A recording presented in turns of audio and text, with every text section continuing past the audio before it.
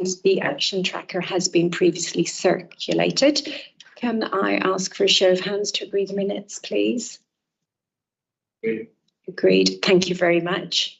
That's agreed. Public petitions, none received. And that brings us to the first substantive item on the agenda, and this is care leaver support. Delighted to welcome Sarah Baker, Head of CLA and Care Leaver Service, and Samantha Jeffrey, Service Manager, who will be presenting this morning. Over to you both. Thank you very much. Thank you, Fiona. Thank you, Fiona.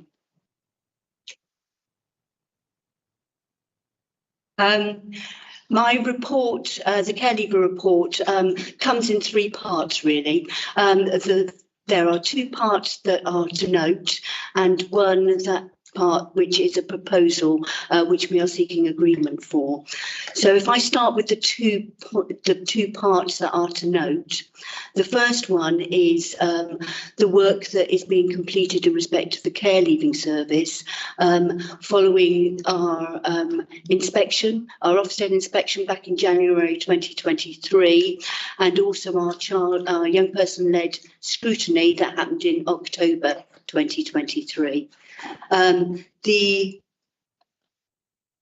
The actions that are being taken in respect of the Ofsted feedback are in relation to management oversight and supervision, and we are working really hard to not only increase the oversight that is given to our young people and the support that we're offering by managers, but also to be proportionate and be smarter about it. So we're focusing our oversight on who we consider our most vulnerable care leavers. The other thing that has been prompted by our Ofsted inspection feedback is supporting young people more regarding accessing their health history and also accessing health moving forward, checking that all our young people know where to go when they have health issues and are registered with their local GPs, etc. So that's the actions in respect of the inspection feedback. Our young people-led scrutiny that took place in October 23. In that, our young people told us that they didn't always feel that they were prepared for adulthood, and they felt that they really wanted more support from both the care leaving service, but also support from our health colleagues and education colleagues. So a number of actions have been taken since that time. We have made sure that young people have access to far more information in respect of their financial position, so they are able to successfully balance what at times is really very hard financial positions. And the other things that we've done is started to develop more ways of ensuring that their knowledge is increased in respect of DIY when they are living independently, but also all of the other things that we take for granted as an independent adult living alone. These young people need that additional help and support when they've grown up in our care, but also have a lack of support network around them at times. We're looking at YouTube videos, we're looking at iLearn short courses, a lot of different things that hopefully we will interest our young people with, cooking courses, etc., things like that. The second piece of information to note in the paper is about care experience, and that being considered a protected characteristic in Hertfordshire. We know that this is not currently covered in the Equality Act 2010, but we also know that our young people are disadvantaged in every aspect of their lives, so physically, mental health, employment, education and training, and housing. They are also at increased risk of, sadly, premature death and contact with our criminal justice system. So from our point of view and from the council's point of view, we are moving forward with ensuring that they are now the care experience is now a characteristic that will be considered alongside all the other characteristics that we know are discriminated against. Just to give you a bit of a flavour, 82, as of yesterday, local authorities have taken on that approach. So we will be number 83 if it's approved today. It does give a clear clear message of intent in respect of what we feel is important for our care leavers. The last part of the paper is in respect of a proposal. So we are seeking a policy decision in respect of signing the National Care Leaver Covenant. This was launched in 2018, and it's a way in which organisations, both private, voluntary and local authorities, can sign a pledge and sign publicly and say we are committed to supporting our care leavers. They have 5 main outcomes that they are wanting everyone to sign up and say that we are committed to achieving for them. And that's support to live independently, improved access to employment, education and training, ensure care leavers experience stability, as much stability and feel as safe as is possible, improve access to health and emotional support and achieve financial security. So this clearly aligns with the work that came out of the young people scrutiny, was highlighted in the inspection, is a list of our priorities actually in our current corporate parenting strategy, and also our young people in Hertfordshire through the Care Leaver Forum have also reiterated that these are the things that are really important for them. So what will it give to Hertfordshire if we do sign, make that decision to sign? We will join a covenant community, so we'll be able to learn from others, access tools that currently we don't have access to, such as the social value toolkit. Other local authorities have found that really, really useful, and alongside that have actually seen an increase in their young people that are employed in training and in education. It will support the work that we're doing in respect to corporate parenting responsibilities, making sure that Hertfordshire as a whole has more information and signs up and commits to that. And it will take advantage of the recognised and valued branding that the DFE and the Care Leaver Covenant brings with it. And again, I think all of these things, including the recent decision around council tax reimbursement up to the age of 21, really shows our commitment to our care leavers and the importance that Hertfordshire is putting on making sure that we are achieving the best possible outcomes for them. Thank you very much, Sarah. Very comprehensive and took us through three different areas, where we supporting care leavers. Thank you, Rena. Thank you very much, Sarah. That was very helpful. Absolutely talked us through the 3 areas of focus and clearly outlining the support for care leavers within the County Council. So I will open up to questions and comments. Colleagues, Paula, please. Thank you. Yes, thank you, Sarah. That was a really good précis of what we're doing. And I noted that I'd put down 76 local authorities had signed up, which was in the paper, and we're up to 82. So it shows you that is the way to go. And also that our care leavers group advocated this, I think 100%. So we have, it's all about their voice as well. And their voice very much says that they want this.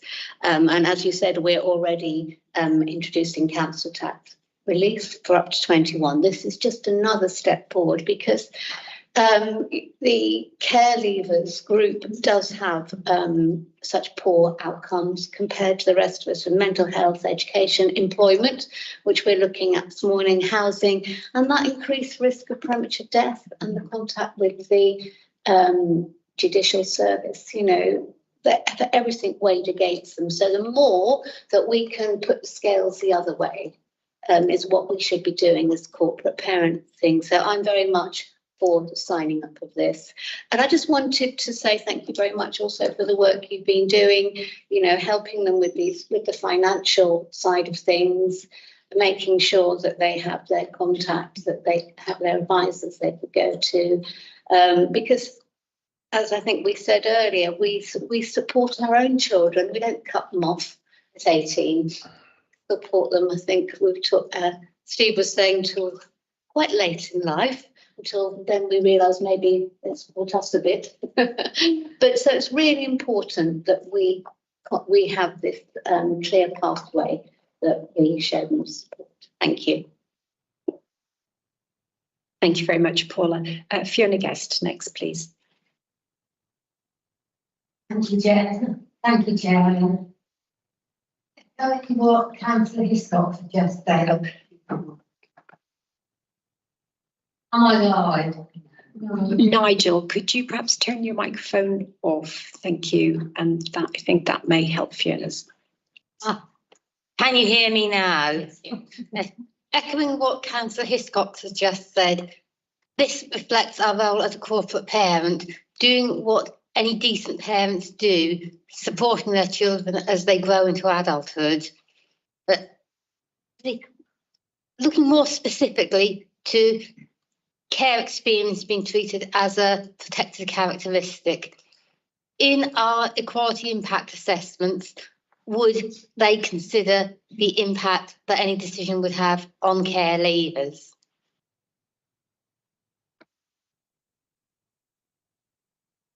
I'm liaising with our diversity and inclusion board and making sure that we think about the communication out, so to make sure that everyone is starting to think in that way, and also to think differently about the templates that we use.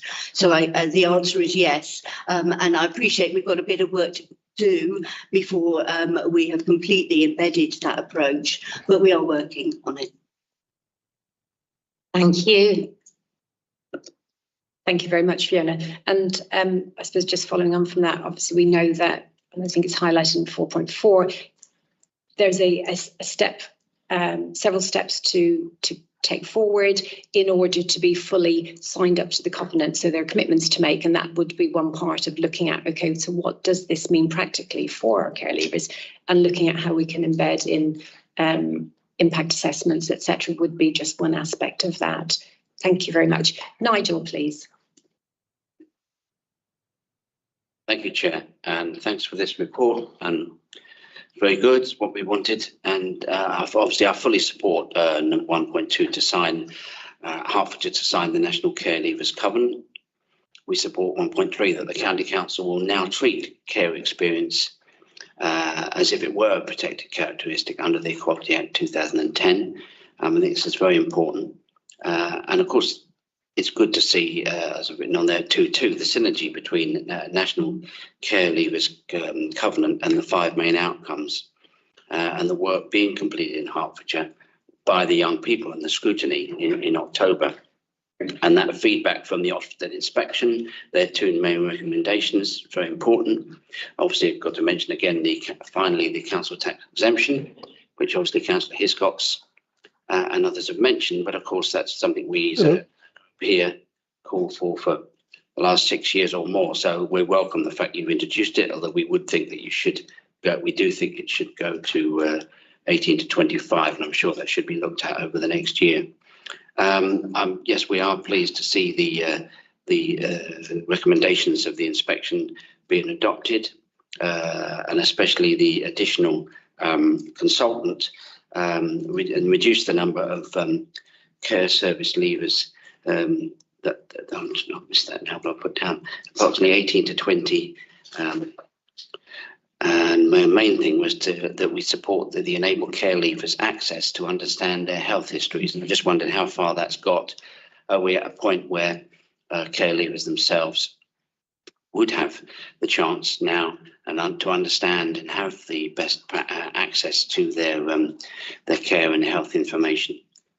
Overall, of course, we support all this and the 5 points, and there's no point in us just supporting the points and supporting signing the declaration just as a tick box exercise. We must make sure that we're one of the main counties that pushes this for our young people throughout the year and all the time. It's not just something on paper. This must be something that we can be scrutinised and seen to be done. So yes, overall, obviously, I support it. Thank you. Thank you very much, Nigel. And thank you for your support. And you're absolutely right. This is not just about putting a signature on a document. It's what we're doing behind it. So how will we continue to support our care leavers? And it's absolutely right that we should be able to monitor and review how things progress over the coming years. And I know through work with our care leavers, our CHICC team, they will be holding us to account, and that's absolutely how it should be, because it's about listening to the voices of our young people and really doing the best for them. So thank you very much. Steve, please.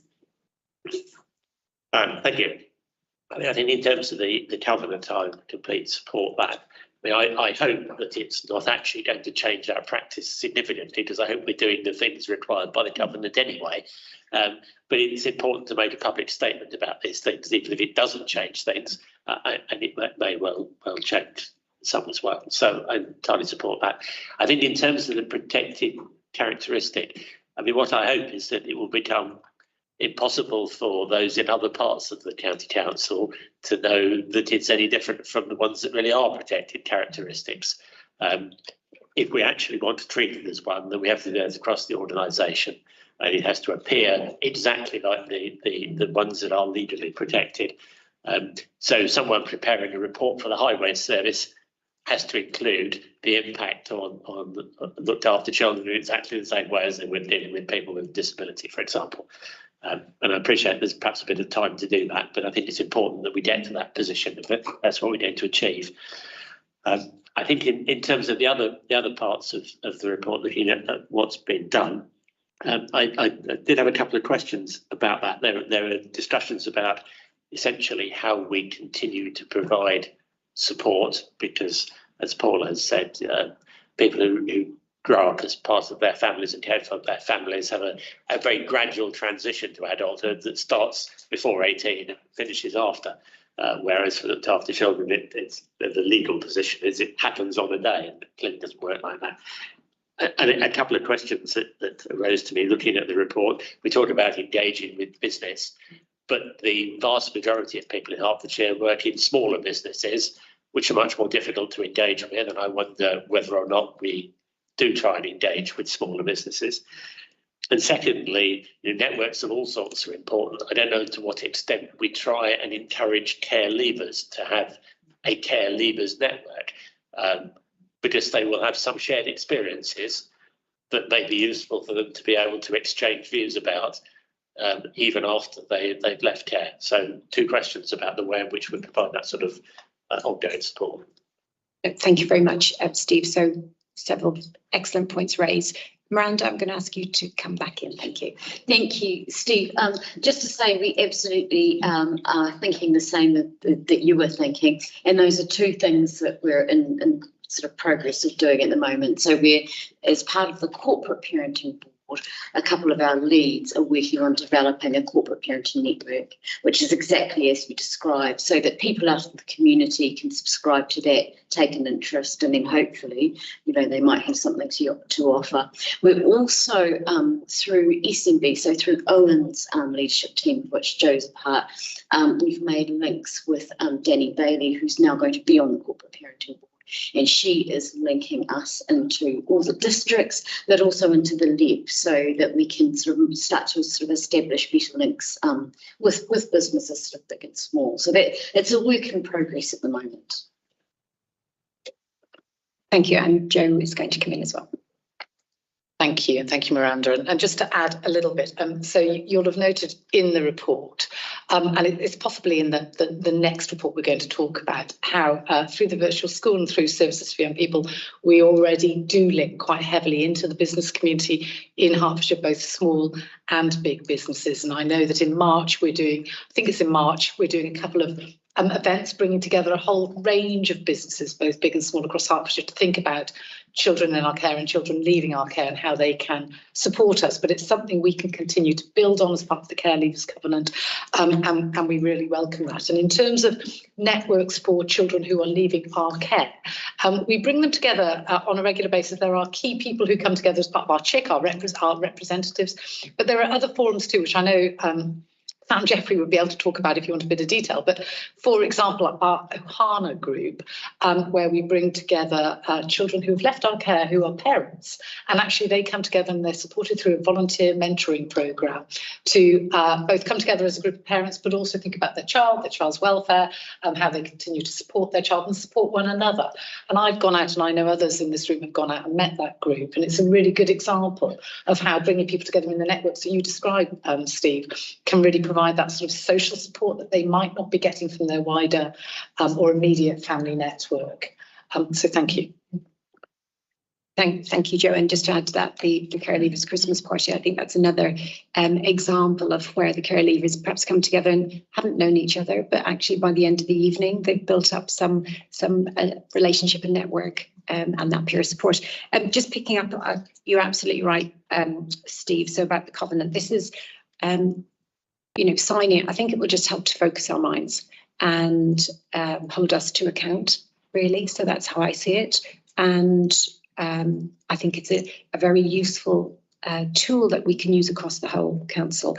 I was at a meeting yesterday and somebody referred to, rather than corporate parenting, they referred to it as community parenting. And I really liked that, because I do believe that we absolutely need to broaden corporate parenting across the whole of Hertfordshire County Council. That's absolutely, highways was a good example, but it's out into the whole community. Speaking with the NHS last week, I said, so what's your strategy for supporting care leavers? And I think it's incumbent upon all of us to have those conversations when we're out in the community and just start people thinking about that collective social responsibility for our care leavers. And so it will take time to embed. There's some, as I said, there's several actions to go through, but it's great that we're at this stage. And then, of course, there's opportunities with the LEP coming back into local government, the refreshed economic strategy. And already I've been saying, so what about care leavers in there and care experienced young people? Sam, do you want to come in? Thank you. I thought it would be helpful to add on about the support networks for care leavers. So in addition to Ohana, which has been highly successful and really achieved great outcomes for our care experienced parents, our teams also submitted a bid to the Department for Education for lifelong links to be extended to care leavers. So that's just getting off the ground now with recruitment. That will reach out to 75 care leavers over an 18-month period, and part of that mirrors Ohana, and there will be support networks built with care leavers with each other. And then in addition to that, talking about the community and business, we've already started that work. So with some of the COVID recovery funds that we received, we also started Project Positive, and that's commissioned with Amazing Apprenticeships, and they've been working really closely with local business, both small and large, about creating apprenticeship opportunities, traineeship, or just into work. That ends in March. However, we're going to bring that back in-house as part of our EAT strategy. So we've already done that engagement with business and community and had some great success, and we can just build on that from here. Thank you very much, Sam. Colleagues, we have, so Mark Watkin is online or has highlighted a question. Jo, can I ask you to read it out and then to respond? Sure. Thank you. I can see a question from Councillor Watkin in the chat, I think. Are we planning to engage with the Chamber of Commerce on the employment of care leavers? And the very short answer to that is yes. We are. I know we're working with the LEP and the Chamber of Commerce to think about how we can also just widen any of the really good work that's already in place, to really make sure we're reaching out in every possible way to the local business community. Thank you very much, Jo. Colleagues, any other comments or questions? No. Sarah and Sam, thank you very, very much. And thank you for the huge amount of work that's gone into getting us to this stage. I know I set you a bit of a challenge in terms of looking at coming up to the budget setting, the council tax support, absolutely felt that was critical to do, and I'm so pleased that we have been able to agree that in the budget for the coming year. And of course, that then enabled us to consider signing up to the covenant, because that was one of the requirements, and previously we've not been able to do that. So following swiftly on, we're now bringing this report forward, and thank you, colleagues, for the cross-party support. I think we all agree this is incredibly important for our young people, and really pleased to see support for that. So we have 3 recommendations, which I'll read out. Panel is asked to note the content of the report, note the ongoing work that has been completed within the care leaver service in response to the feedback given by Ofsted following their inspection in January 2023, at which time we were found to be outstanding, and the young people-led scrutiny held in October 2023. Endorsed to Cabinet that the National Care Leaver Covenant is signed. It specifies by the Exec Director of Children's Services and the Exec Member for Children's Services on behalf of the County Council. And thirdly, to note that whilst not a protected characteristic under the Equality Act of 2010, the County Council will now be treating care experience as if it were a protected characteristic. Colleagues, can I see by a show of hands? Thank you very much. That's unanimous. Thank you. And we have an additional item, actually I should have mentioned at the beginning, which I think we'll show at the end, if that's okay, hopefully if the tech holds up. So that's a little film from our CHICC, our Care Leaver Council team, Children in Care Council. So that's an additional item for us to look forward to. Thank you very much. Thank you again, Sarah and Sam. Okay, moving swiftly on. The next item is improving education, training and employment outcomes for our care leavers. And I'm delighted to welcome Marietta Harrow, the Head of Achievement, our Virtual School Head, who will be presenting this report. And I'll thank you in advance, because a huge amount of work has gone into this to collate all of the information. So over to you, Marietta. Thank you. Thank you very much. And good morning, everybody. It's lovely to be here. So this report highlights the planned initiatives and projects which will build on the solid foundations of current children's services support for employment, education and training opportunities and brilliant life chances for our care leavers. So virtual school, services for young people and the care leaving service work really closely together, and we're trying to really consolidate that work and move it forward. I'm not going to go through the whole report, but I'll just highlight some of the really significant recent changes, including what's just been discussed and agreed. Absolutely delighted. So we're really building up and increasing capacity in the leaving care service with an additional team of leaving care personal advisors, so that there will be more time for each personal advisor to spend with young people, and particularly the young people who are most vulnerable and have sort of intersecting multiple barriers to engagement and learning and progression with their careers. So the average, at the moment, the average number of young people that each personal advisor is working with is 30, and that will reduce to around 18. So it almost doubles the time that each personal advisor can spend with that with their young people. The council agreement to reimburse the council tax, that's really going to address the financial barriers, the poverty, the dilemma that sometimes young people have between choosing employment and remaining not in employment and getting housing benefits. I think that's going to hugely help address that and enable us to encourage and motivate young people who are not in employment, education and training to even just make that start, even if it be on the lowest rung of the employment pay scales, if you like, but just helping them see that actually we are going to support them financially and in every other way. Streamlined and accurate data sharing and analysis. So working together across our services, because as you know, they're quite complicated management information systems that have developed over the decades, but we are bringing all those together so that we can really identify exactly where each of our care leavers are in relation to their education, employment and training status, qualification level, aspirations, career potential. and making sure that the young person receives the right support at the right time. Obviously building in very early interventions, so that in the virtual school we obviously start working with children looked after as soon as they become looked after, so preschool and nursery and right through the education system, and always making sure we're sort of raising aspirations, having really high expectations and building that expectation with other professionals. As Miranda's already mentioned, Miranda and Sarah, really expanding our corporate parenting board membership, and that sense of, well, I love that term as well, Fiona, community parenting.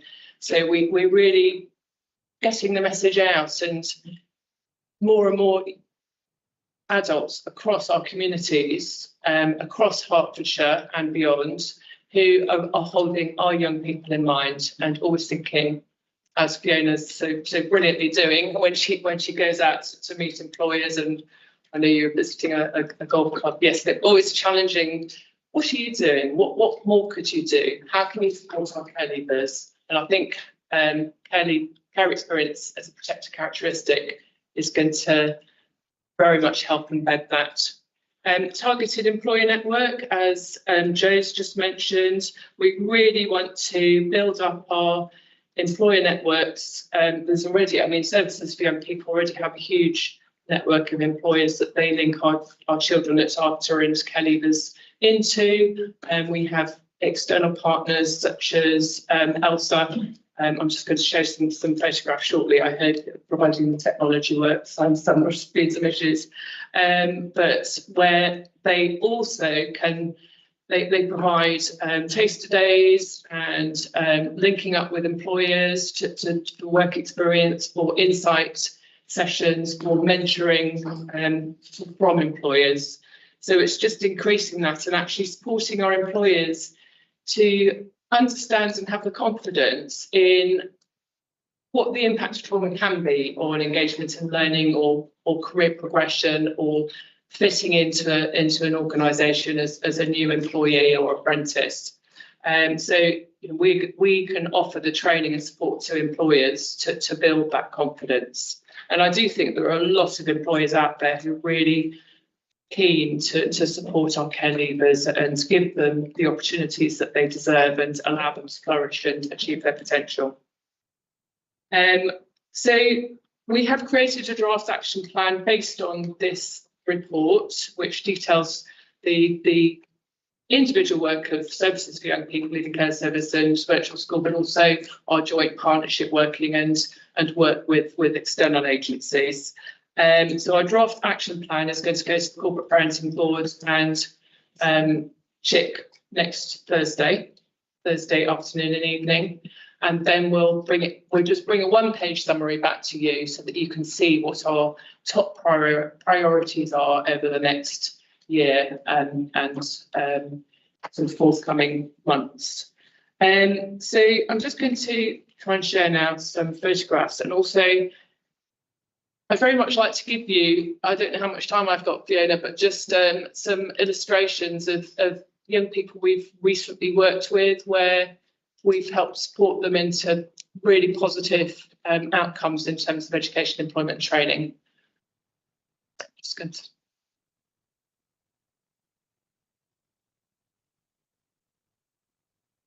Yeah, let's do the slides and then we can see how much time we have, because I'm conscious I want to allow enough time for questions. Yes. And by members as well. Thank you, Marietta.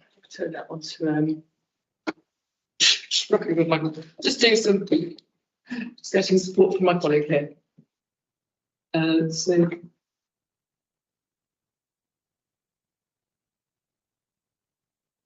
I need to go the slides much further down. Well, in the meantime, I'll just... You carry on. Okay, yeah. Use the mask. All right, so let me just tell you about a few of our young people. So Della was referred into Services for Young People. By the way, all the names have been changed and identifying features disguised, just to reassure you. Della was referred to was referred to Services for Young People by a leaving care advisor. because she'd left her hair and makeup level 2 college course and become not in employment education training, and her confidence had dipped. She visited Bowes Lyon Young People Centre to have a one-to-one meeting with the Services for Young People Employment and Training advisor. She and her advisor had a great discussion about her interest and reviewed her GCSE grades, which had included a 7 in maths and triple science, so really strong. She loves aerospace and science, and her dream career was to become an aerospace engineer, but she didn't believe she had the potential for that sort of high-flying career. She and her advisor explored the careers pathway on the National Careers website with the advisor's encouragement and just nudging her along, and discovered that Airbus Stevenage were offering apprenticeships.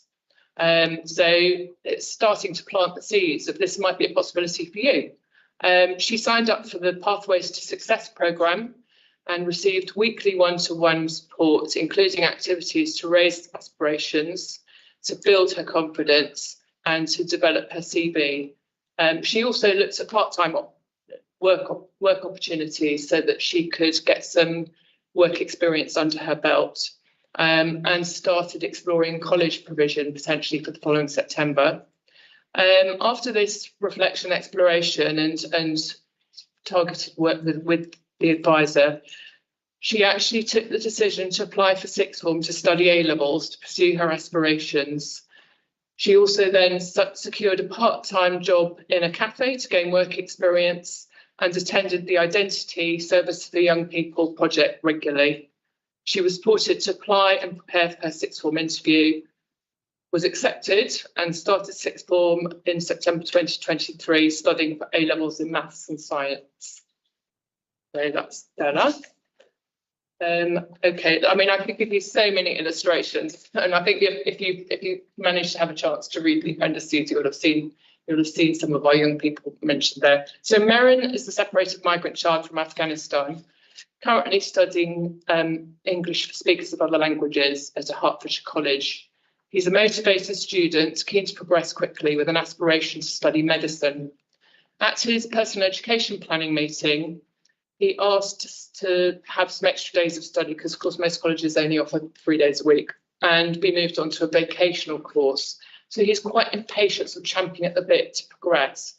But of course, his English language skills at the minute holding him back. And I think we do experience this quite a significant amount with our separated migrant children newly arrived who might have had a reasonably good level of education in their own countries, and then they arrive here and they're put on very, very basic ESOL courses. So it's all about trying to help them understand and map out sort of where they are now and steps that need to be taken to move them into what their goal is in life. So his virtual school personal advisor worked really closely with him to help him understand the different pathways and progression route, including how long each stage takes, and encouraging him to gain secure English language skills and foundation level maths study for GCSE so that he could progress towards his chosen career.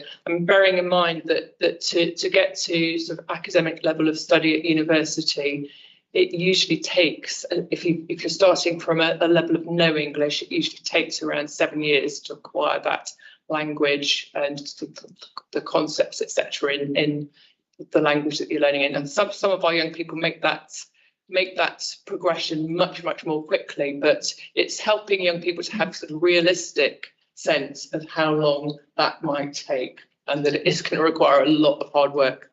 Anyway, he does now understand and is pleased with the support that he's been given to map that out, and the extra support that can stretch him, encourage him, challenge him. So careers advice at college, so that he's really clear about all the different pathways into medicine. He's attended a higher education day at the University of Cambridge for care leavers, and the written activity for that was adapted for his level of English. He's enrolled on online learning activities that he can do at home with support from his key worker, and he's undertaking a first aid course to build his confidence and provide hands-on practical experience. And he said that the visit to Cambridge University was one of the best days of his life, a very great day for me, and continues to make excellent progress at college. Shall I give you, is that enough for now? But no, thank you very much. I think two excellent examples, and what I took from them was confidence in both. So how the young person has developed their confidence, both whether it's in English learning skills or just the confidence to and have the self-belief that they can achieve.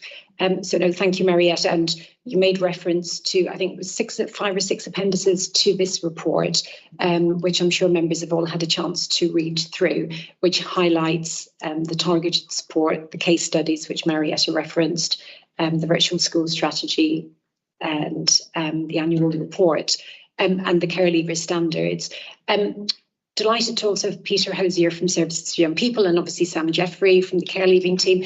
Did either of you wish to add anything? Because I know this has been a combined approach as to how we improve our education, employment and training in our for our care leaver team. And we know that it's not where it should be. It's not where we want it to be. Excuse me, it's currently around 54%, I think, and we're aiming for 61% at least, because that would take us up into the top quartile. And we know that the figures are less positive in the older cohort. So I don't know if either of you want to pick up on and add anything. Sam first and then Peter first. Thank you very much. Thank you. Thank you, Chair. Am I live?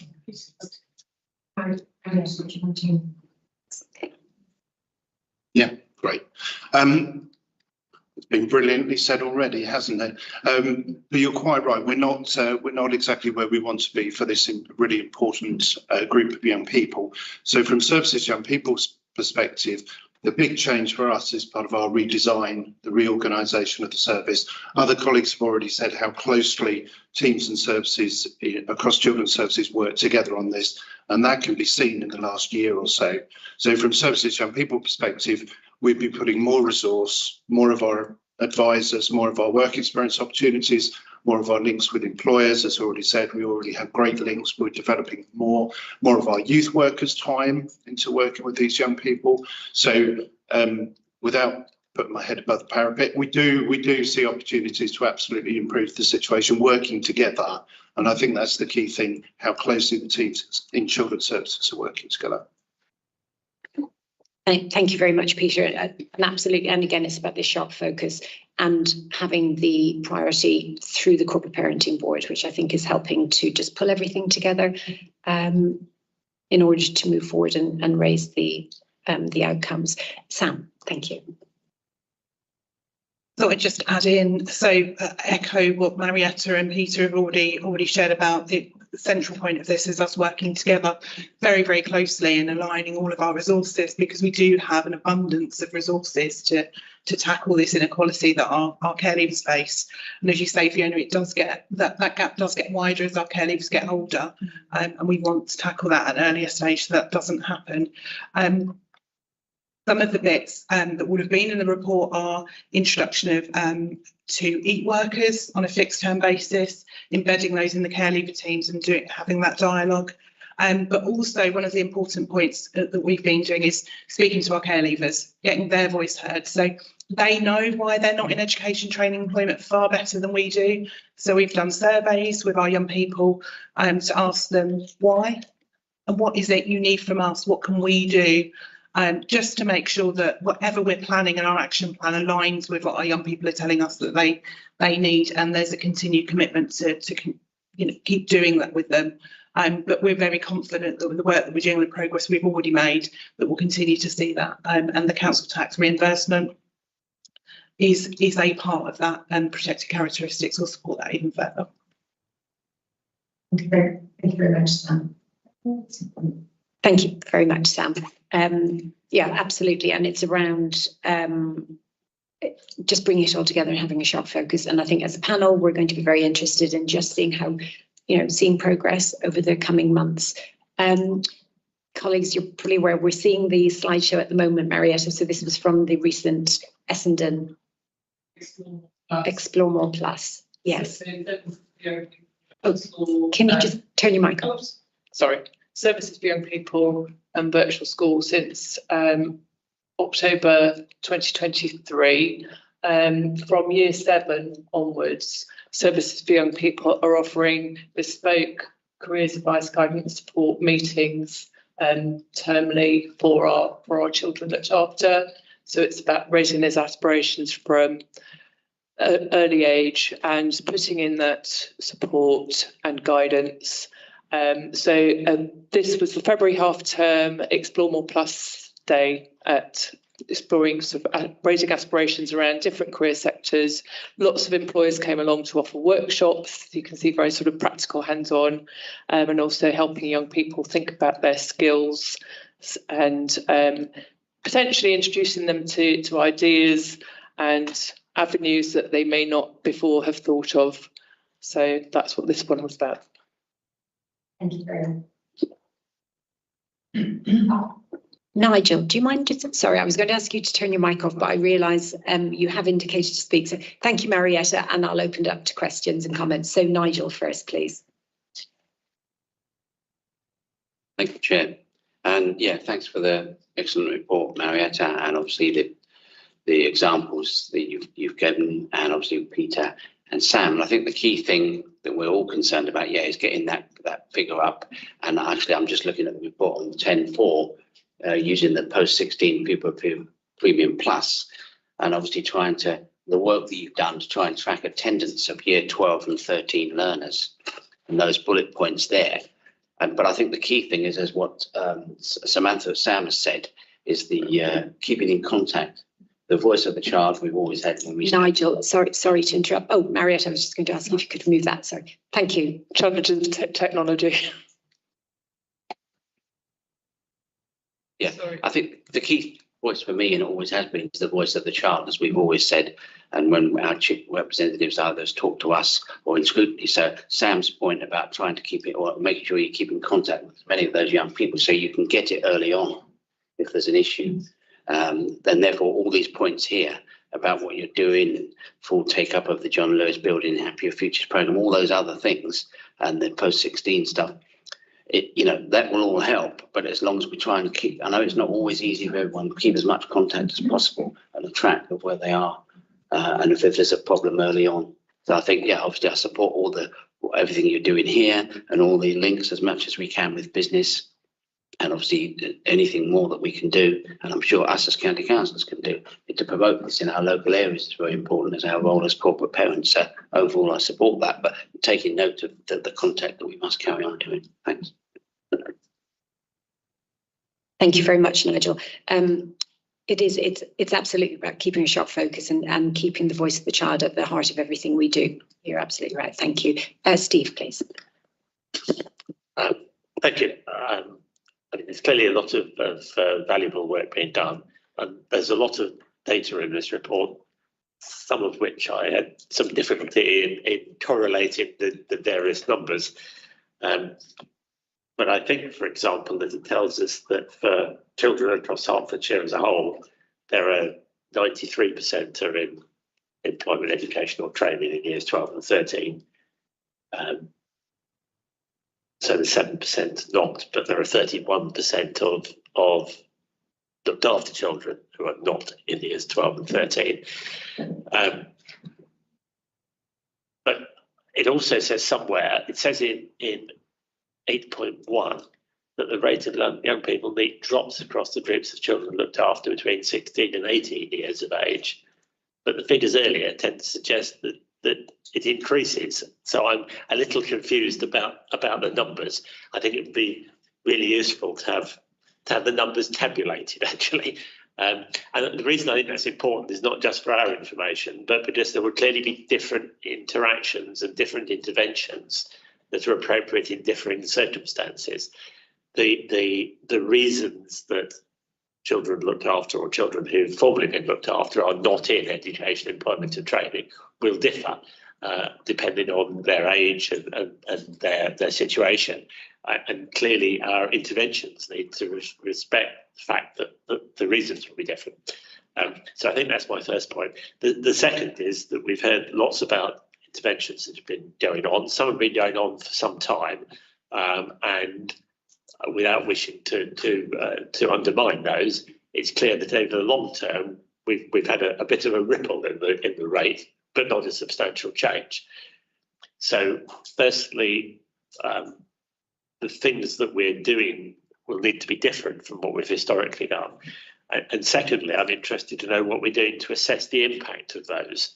But as I think it's important that we try and establish which of our interventions are succeeding, and which, however good they may be, are not actually addressing the problem. So how are we, other than just looking at the headline rate, which is probably too crude a method to evaluate the success, how are we measuring the impact of what we're doing? Thank you. Before I bring officers in, just to pick up on the data, and it is interesting because, of course, the virtual school record their data, and then you have the care leaving team record their data and services for young people recording their data. So what we're trying to do is obviously bring it all together, but accepting that everybody has a slightly different responsibility. And the age ranges, officers will be able to explain this better, but the interpretation of who is responsible for what age group is slightly different. And then, of course, adding to the workforce is critical to improving outcomes, which I think has been highlighted in terms of reducing the caseloads for personal advisors, etc. And then the third point would be the action plan. So that will be how we will be able to measure impact, and that will go through corporate parenting board, and we'll come back to this panel to the next panel in May. But I will hand over to officers. So Marietta, please. Yes, thank you. So it does get complicated, partly because, for instance, virtual school, we are mapping children looked after according to the academic year. And our statutory remit is it's actually up to the age of 18, and we carry on supporting young people up to the end of year 13. Whereas in services for young people, they're mapping, their data is taken from the age of 17, correct me if I'm wrong, Peter, up to the age of 25. And then we've got the additional factor of care leavers who haven't yet turned 18, who will come under leaving care services and services for young people support, but not virtual school support. So it was very helpful to undertake this report and evaluate what we've got in the way of data and where it correlates. I think we're very much looking across all three services and the data systems that we're using at the moment to make sure that we're identifying exactly which of our children looked after and young people are not in employment, education and training. And certainly from the virtual school point of view, we have the personal education plan for every child looked after, which will have very, very specific details about their each status, academic attainment and progress, aspirations, and so we can identify very quickly when there's a danger, there's a potential of the young person falling out of education, employment or training. But yes, data is one of the things that we've been looking at altogether to make sure that it's correlated, that it's robust, and that our interventions and actions are based on that. And just in terms of your question about how do we evaluate impact, we do that through sort of quantitative and qualitative evaluation, including in consultation with and in planning and evaluating with our children and young people. So making sure that they have a say about the difference that. So if I'll give you an example from virtual school. So we put in place, for instance, targeted tuition. If you take a young person in, say, year 12 who hasn't got their GCSE English and Maths, say they've got a grade 3, they need a pass grade. So we would put in place targeted tuition to get them over the line for a pass grade so that they can move into the vocational course that they want to do. And obviously that's a sort of pretty clear outcome. But then, you know, if we've got interventions which I'll say are aim higher residentials, or you know, much of the strands of work that services for young people are doing, we would also get the qualitative feedback from young people, from their foster carers, from their educational setting, you know, because sometimes it might be quite sort of small steps that they're taking towards. So we'd make sure that we have individual action plans and goals for each young person and map their progress towards those. I don't know if you want to add, Peter or Sam. Thank you. Sam first and then Joe. Thank you. I just wanted to add around the question around what are we doing differently now to what we've done before, because it's a very valid point. And what I would say is, coming here today with the care leaver support paper, the investment that we've made in the leaving care teams and the creation of a fourth team, allowing our workforce to spend more time with these young people, is what's going to make the change. We know from the survey that we completed with young people that weren't in education, training and employment, they told us they would go to their leaving care personal advisor. We know from Ofsted that they found leaving care personal advisors had good relationships, had that level of care towards their young people. So giving them that time where they can handhold and walk through the door of services for young people building, offer that aspirational conversation that's needed to say, like Marietta's case study example of that young lady who just didn't think she could do something, allowing us more time to spend with these young people will make that change. I'm very confident in that, along with things like the council tax exemption. And work with district councils and our work around widening that corporate parenting responsibility out to other services in the community as well. All of that will make a change, and our work together as a trio of services will support that to happen. Thank you, Sam. Joe. Not to labour the point, because actually I was going to say something along the lines of Sam, so I'll be really brief. But I think, first of all, coming back to your question, Stephen, the 3 points you made, yes, there are different ways of measuring the data, and that's evident from here. We need to think about how we put it together, and that's something we're doing. Secondly, on your question around what does the data actually say, and I think you're right. So what we've got is our overall employment, education and training rates for most young people is really good, and it was 90 plus, and you can see that through services for young people.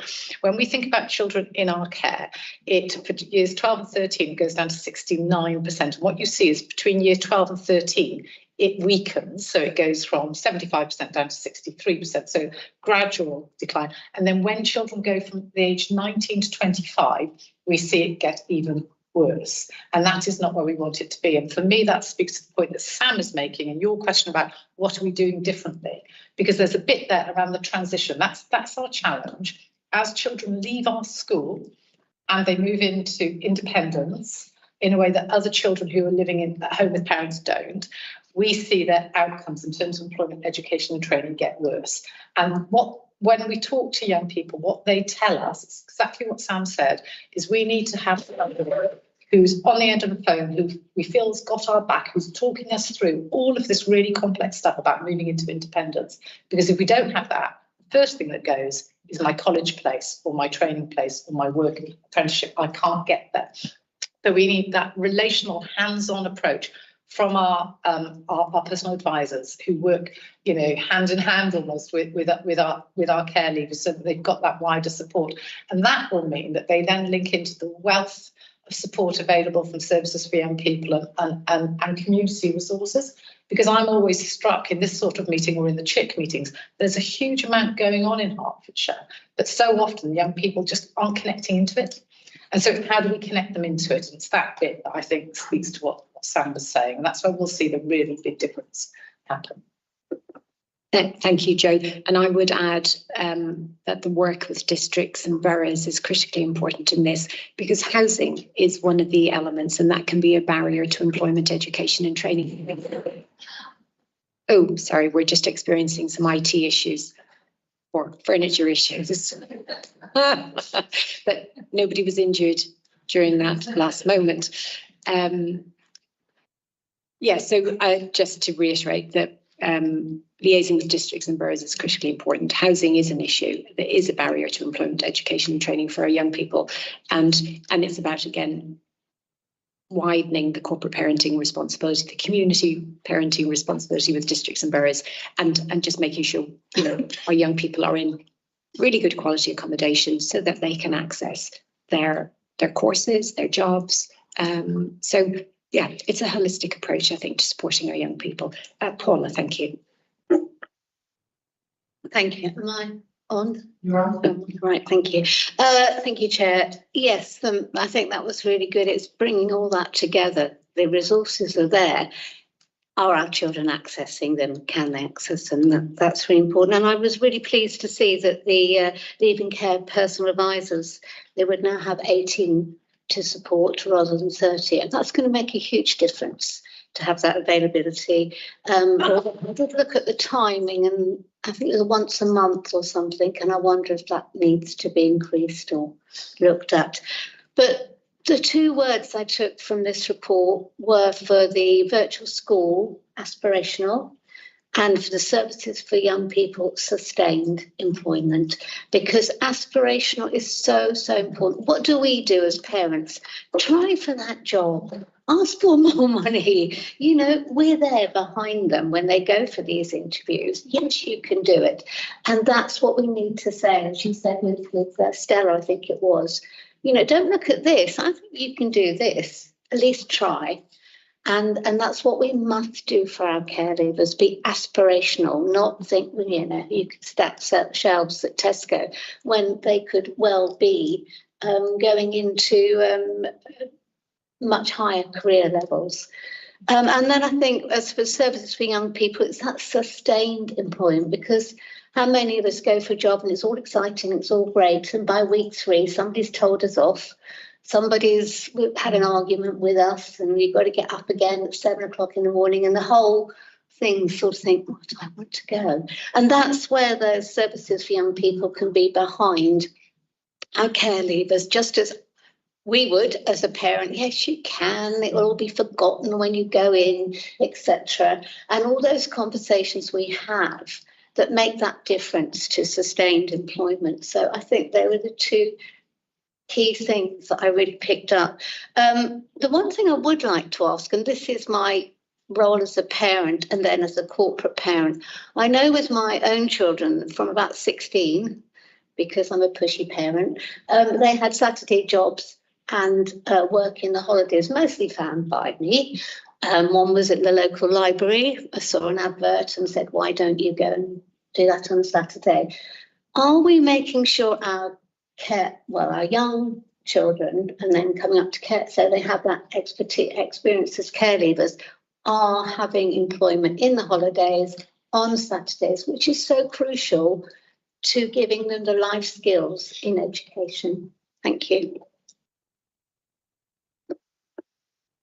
Thank you, Paula. I totally agree with you about building in that experience right from the start.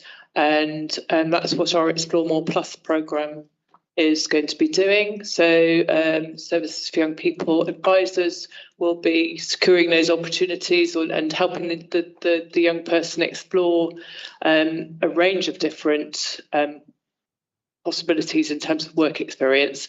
We've also got as you know, our Miller's Kitchen summer holiday project, which actually last summer, one of the young people who took part in that, who hadn't secured a place at college because of her GCSE maths and English grades, and she wanted to anyway. She was thinking of doing a health and beauty course, but as a result of the T-Rins project, she reapplied to a Hertfordshire college with the backup of her virtual school personal advisor and education support mentor, and was accepted onto a vocational course in catering, which was what she discovered she had a real interest in, even though she didn't have the grades, but we then put in place the tutoring that she needed for her retakes.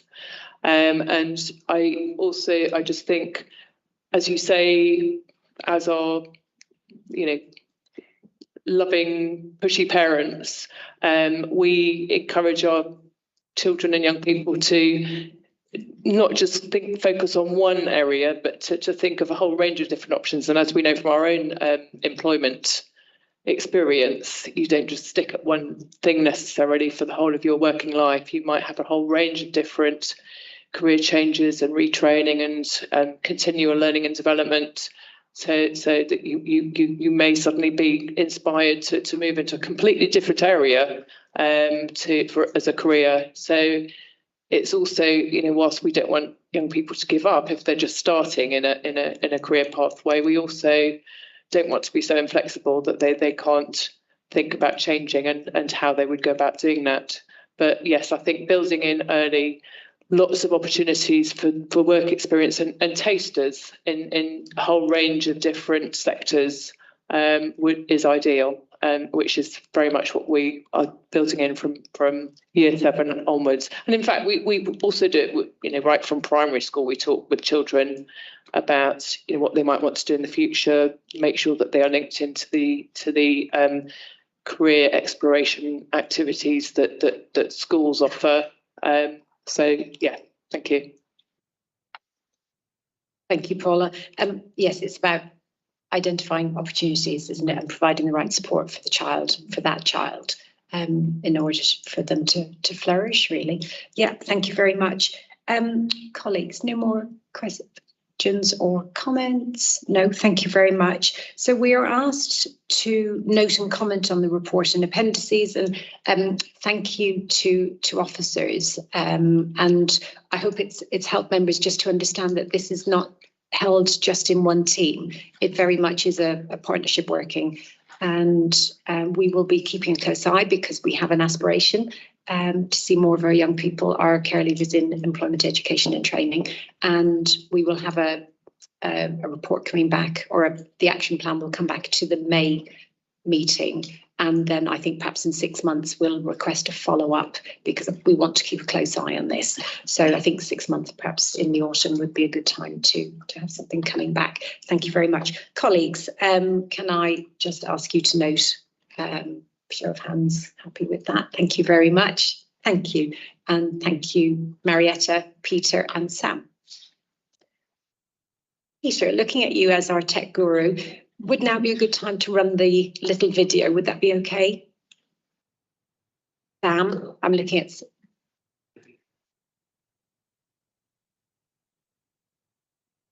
I thought that Cheryl had sent it directly through to colleagues who can do IT in this. So we had a conversation this morning, so we've been working through it. Sorry. So I think the technology should be there. I just thought it'd be a nice finish before we move on to the final item. I'll see if I can get it very quickly. Lovely, thank you very much.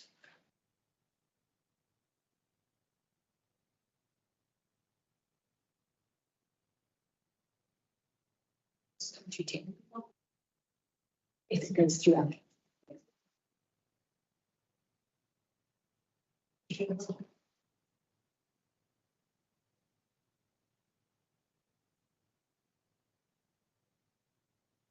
We're hoping to be able to play it through Teams. Is that going to work? It'd be really nice to be able to show it today. Hopefully get it any second. That's fine. I think it's been sent to the gentleman who sits not to us. Yeah. For anybody watching online, now's the time to quickly nip out and grab a cup of tea, but don't be too long because you might miss it. If we're not able to show it today, we will circulate it. We will be able to. I'm not sure it's going to be right now. Let me do it at the end. So let's do it at the very end. Then that gives it a little bit more time. Unless Peter magically has it, I'm looking for. It's my laptop. It won't show. You're not able to share it through Teams.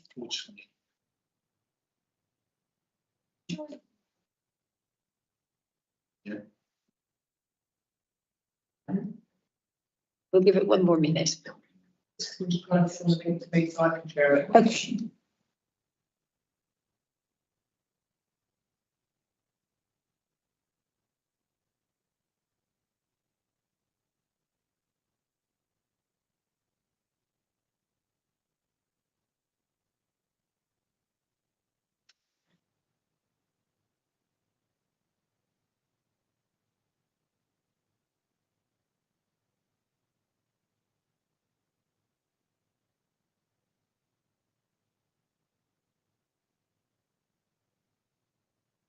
I know as soon as I say, okay, let's move on, I'll get the nod that it's all set and ready to go, but give it just one more minute.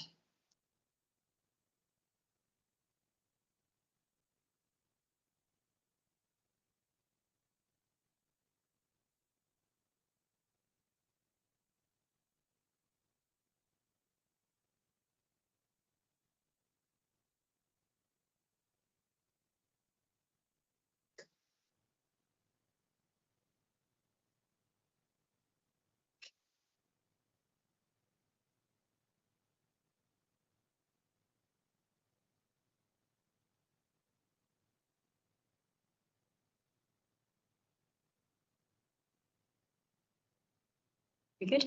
It's voting. Oh, okay. Well, look, Slow.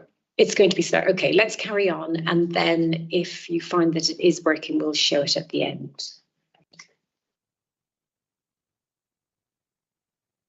Okay, and we will also, if we wait till the end, apparently we will have additional IT support. So with that in mind, let's move swiftly on to the last substantive item on the agenda. So this is the response to motion on residential strategy and understanding delays. This is a motion which was referred to panel by County Council on the 12th of December, proposed by Mark Watkin and seconded by Stephen Cavender. And we have Mark joining us online this morning. Good morning, Mark. Can you hear us? I certainly can. I've actually been, as you probably noticed, I've been observing and joining you mentally all through the meeting. I must say it's been a really stimulating one. So I'll say no more, but it's nice to be part of the Children's Services community again. Yeah, we miss you, Mark. So, Mark, would you like to, before we go over to officers for response, would you like to speak to this as this was your proposed motion? Yes, thank you very much, Fiona. I'm not going to speak at length because I think the motion was fairly self-evident, and I, was around when the original strategy was put together under the leadership of Marion Ingram and the team then. The pressures and challenges that were facing the authority were identified some time ago. The problem identifying suitable accommodation for our children, the increasing complexity of need. I can remember having conversations with Marion late on a Friday night because she was desperate to find accommodation for a particular child who was, in real need, and there was the harm to the individual child, and there was the perceived cost that was going to follow, but inevitably follow the placing of this child in the right accommodation if and when we could find it. So there's a whole sort of structure of increasing complexity coming through. We've seen this in so many ways in our SEND stats, and there is a moral need, I think, to try and make sure that we have our children placed as near to their homes and to their families as we possibly can, quite apart from the financial need as well. So there's a whole range of stuff which is what sort of stimulated this question, because we could see that it wasn't working as well as it could be and should be. So I really welcome the officer's report. I think it's very clear. I have concerns because it depends on quite a few variables. The risks of not finding the right sort of buildings, getting the right planning approval, finding the right level of staffing. And let's be honest, the payback is more in the longer term than in the shorter term. I guess I'm raising my concern in that I hope it works, because I think it is, to my mind, a very, we've learned from our first experience. I know that we're going to be reviewing at each stage how the need is developing and the challenges that we're facing, which I think is very wise. So, yeah, I haven't got anything very negative to say, except just a deep wish that there are sort of plan Bs at various stages if we, for example, don't find the right property, if we don't have the right level of staffing. But those are more just sort of concerns. I certainly support the direction of travel. Thank you very much. Thank you very much, Mark. And I think this report really helps to outline perhaps why there have been some delays, and we know COVID, and we'll hear more about that in a minute, but it also helps to update members about the direction of travel. And you've identified several of the variables which could impact, but it's important for members to be aware of those, because while there is a plan, absolutely, there are many moving parts which need to come together in order to move things forward. Having said that, I was at a conference recently speaking to lead members from other parts of the country who have no children's homes at all, and they're only just starting to think about, oh, maybe we should build some. So I do think Hertfordshire is very, very much ahead of the curve, which is tremendous, but we have more to do. So without further ado, I will pass over to Veronica Bennett, Head of Commissioning, CLA and Safeguarding, and Miranda Gittos, Director of Specialist Services and Commissioning. Thank you very much. And we'll have a short presentation. So if you want to watch it on your screens, that's probably the easiest way. Thank you. Thank you. So yeah, my presentation is around in-house residential, increasing provision and understanding the delays. And that's in response to Councillor Watkins' motion, wanting to understand, believing that increasing provision will not only improve care, but also make significant savings.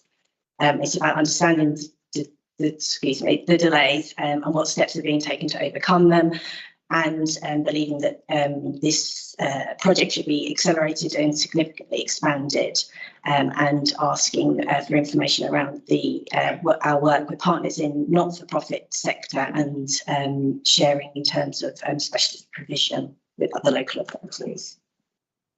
So our residential strategy key aims was ensuring the right children are in residential accommodation, creating high quality local residential accommodation to keep children close to home, and brokering a new relationship with our providers in Hertfordshire. And that's making sure we've got the best support services that are available for our children in residential accommodation. Understanding the delays and some proposed mitigations around that. One of the difficulties was around staffing and recruiting. This caused substantial delays, and to note that there is a national skills shortage in this area.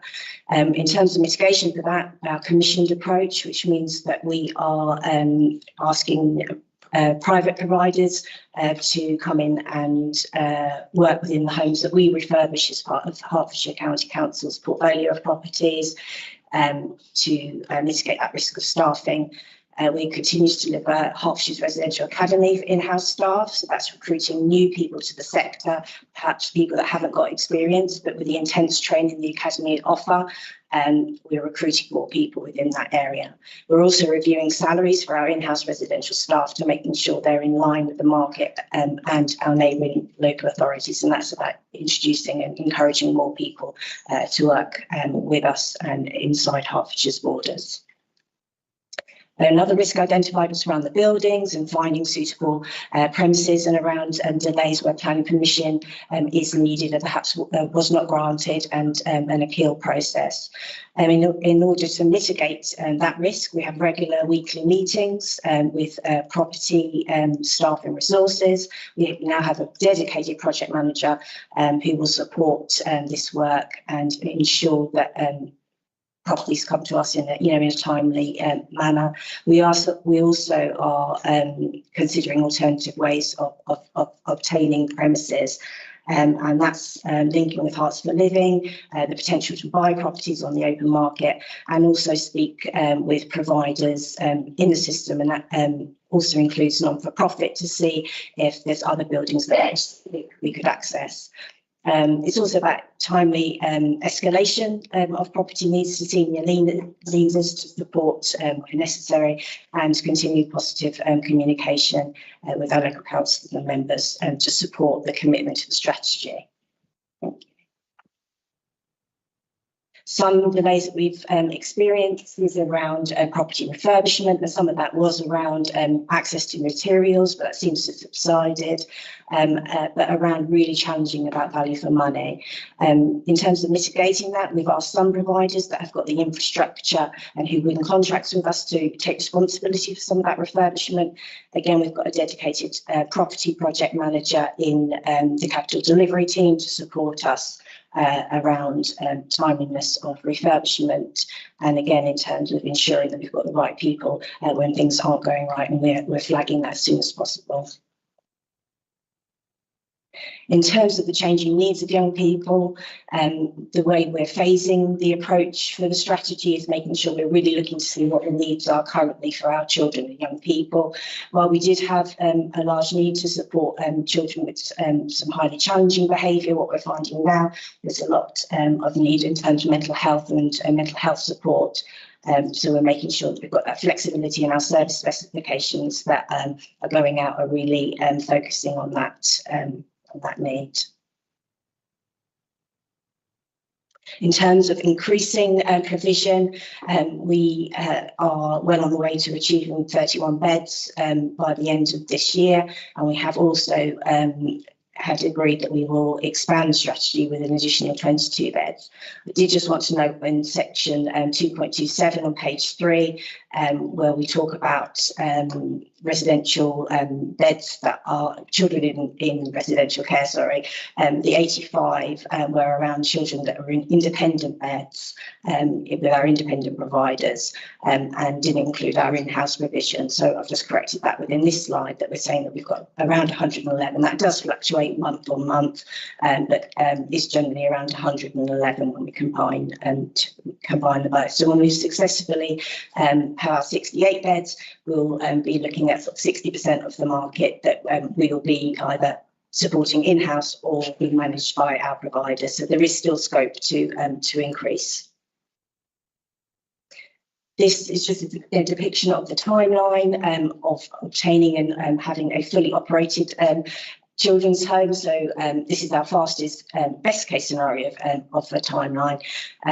Generally, when we get to the commissioning refurbishment elements, that then generally goes in a timely way. So it's the access to the buildings and the planning and the work that we have to do around ensuring that building comes to us where delays can occur. So it's making sure that we're really working together with our colleagues in property, legal and resources, that we're working in a streamlined and efficient way.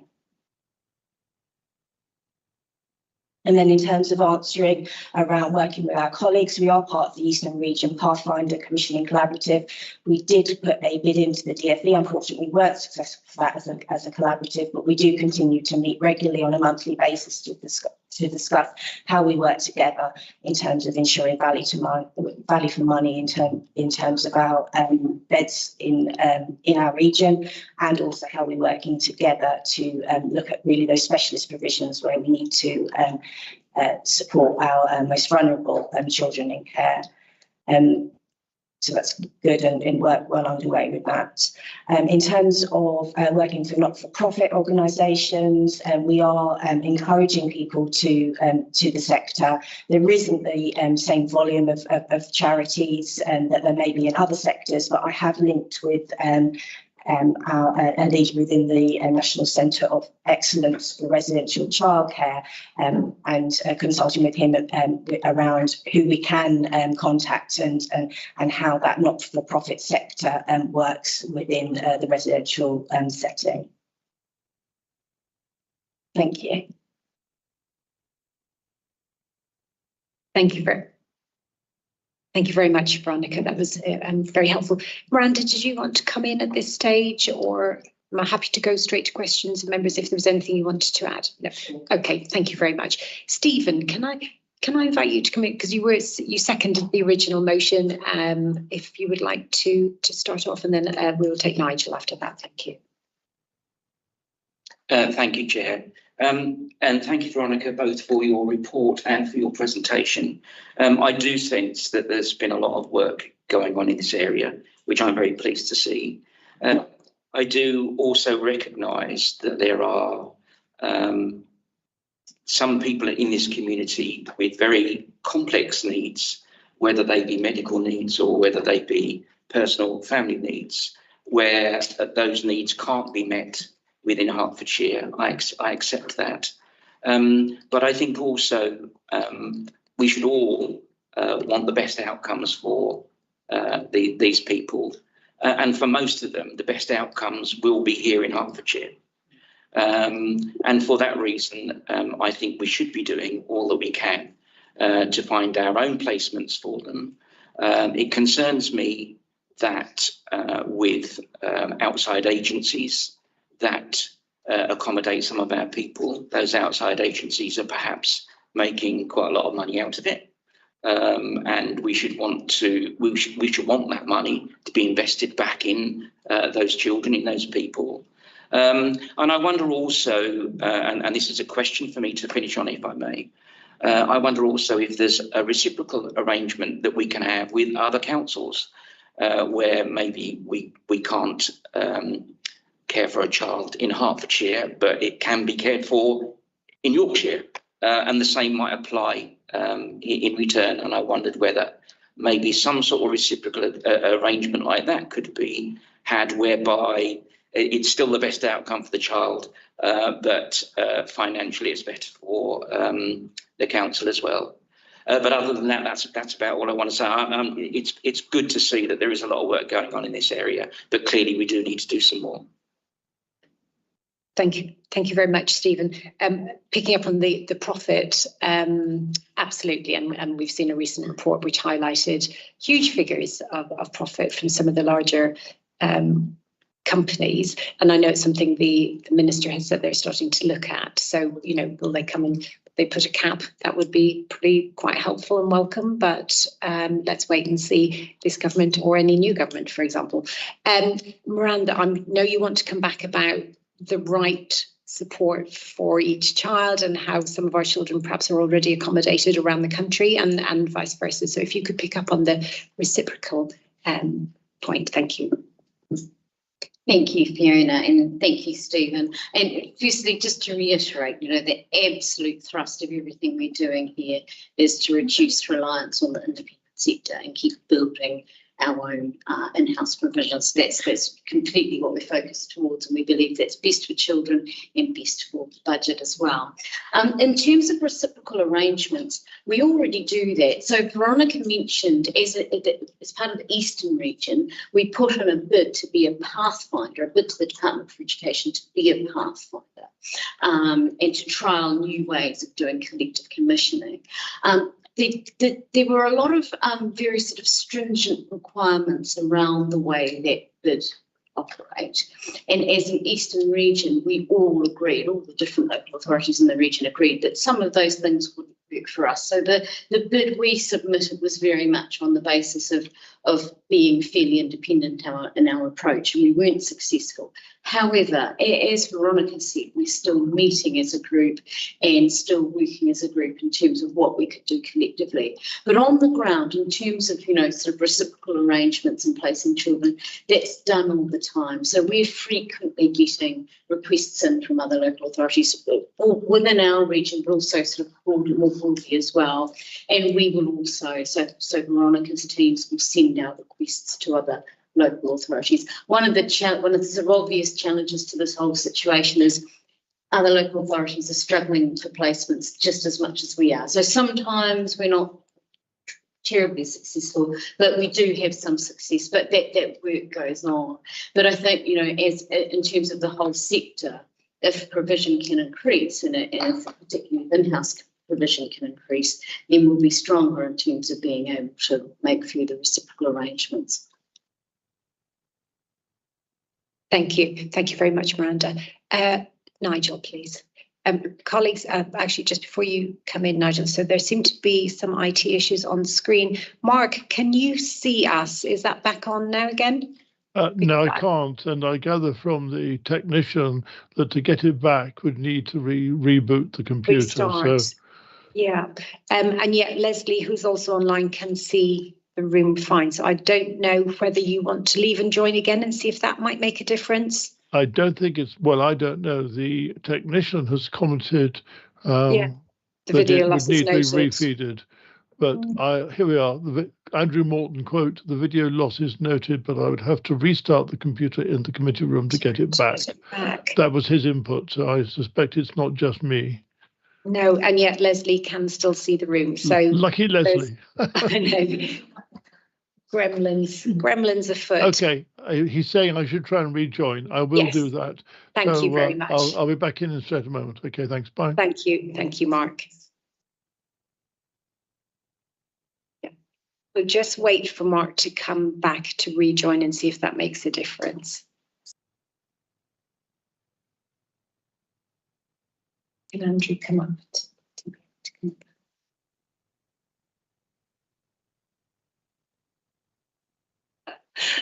Is it Friday the 13th this morning, or I don't know, April Fool's Day or something? Yeah. No, bear with us. There seems to be a wider system problem. So we have, one option is to restart the computer in the committee. Oh goodness, that looks good. Okay.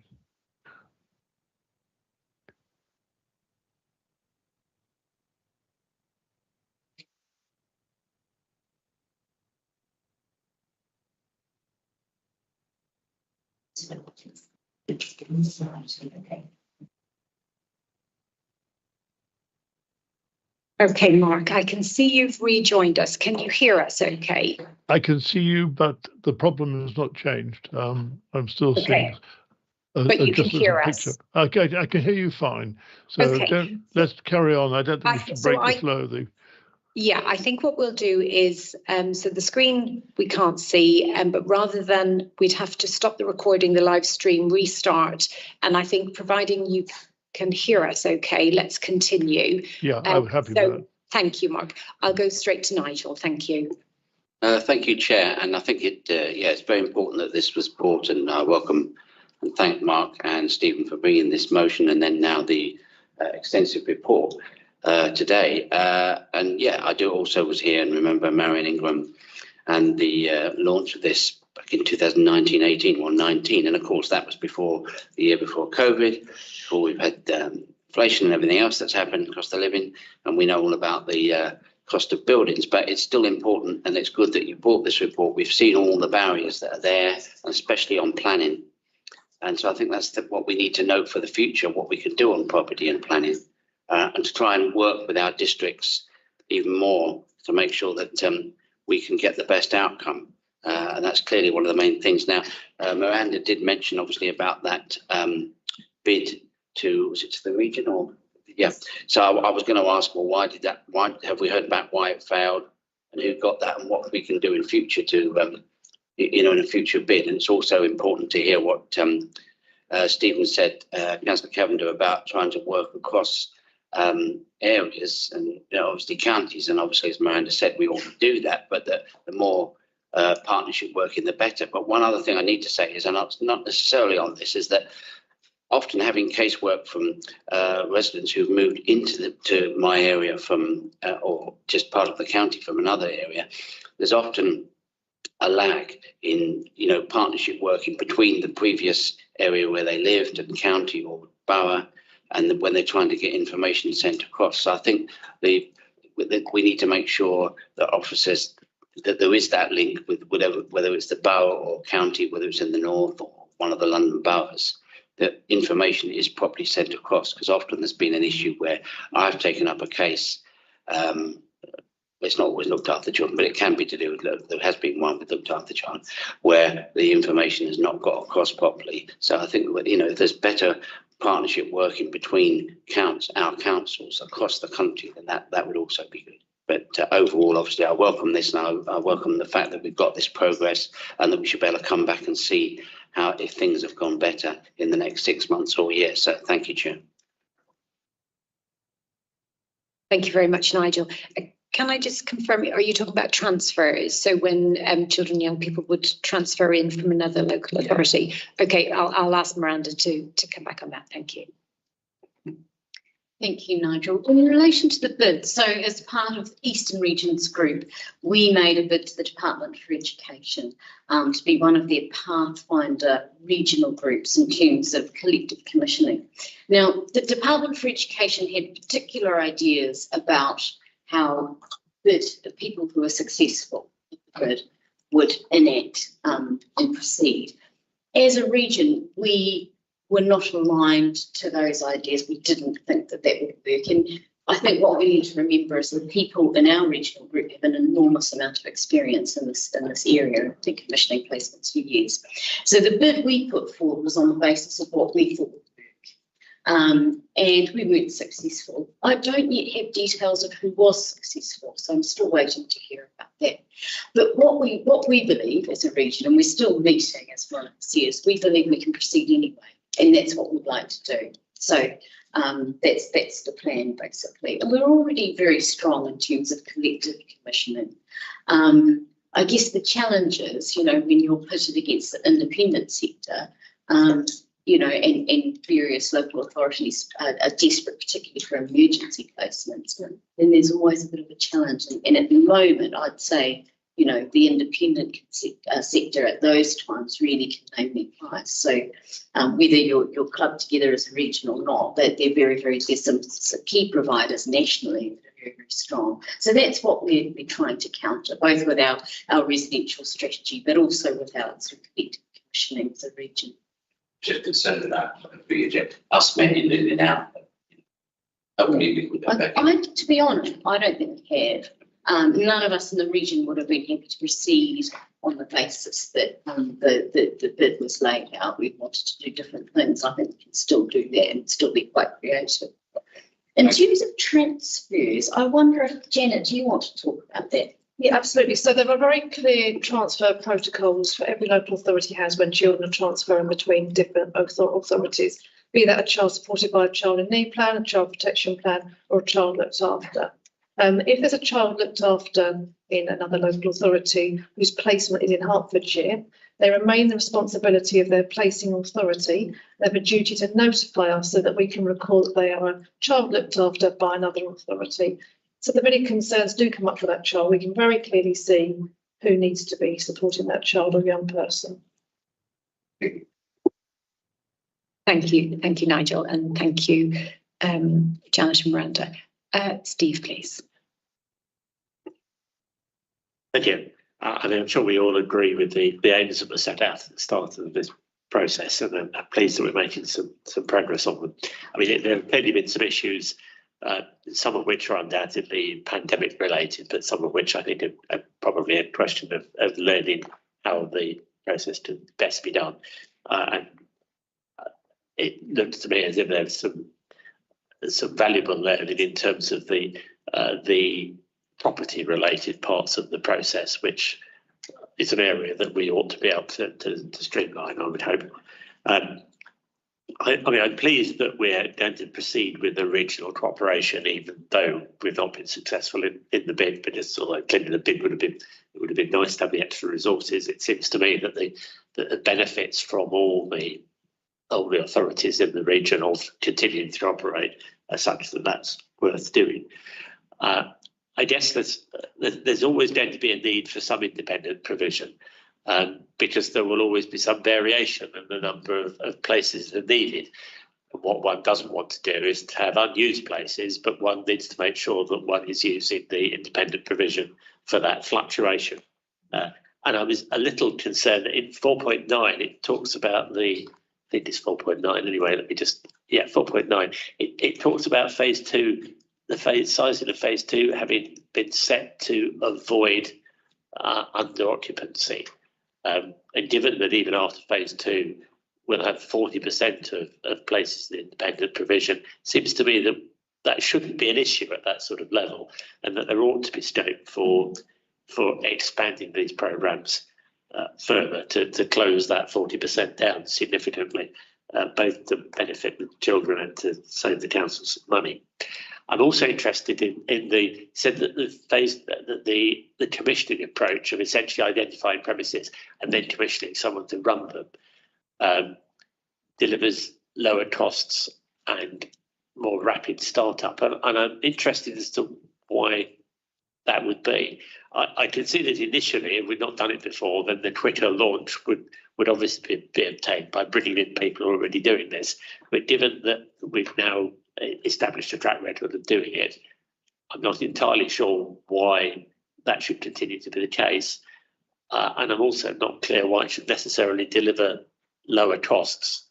I appreciate that there are some issues around recruitment, but those are issues which any provider faces. The independents have exactly the same issue in terms of identifying people who are able and willing to do this for this sort of work for what to be paid for. So I'm interested as to that, as to why we've reached those conclusions, because there was a question raised about flexibility, and it seems to me that in-house provision provides a bit more potential flexibility than commission provision. Because if you commission something, you buy a particular service, you then have to negotiate if you discover that you wanted a different service, whereas the in-house provision, you can redirect without that need. So I'd be interested to understand that. Thank you, Steve, and a number of points raised. And perhaps let's take the last one first, and then we can pick up on the occupancy and the property issues just in a little bit more detail. Miranda, please.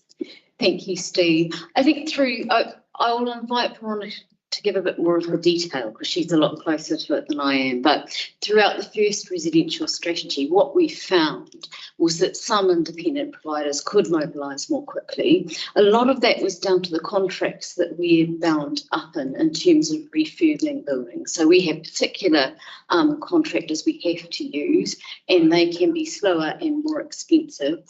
In the independent sector, they're much more agile. They can use whoever they like.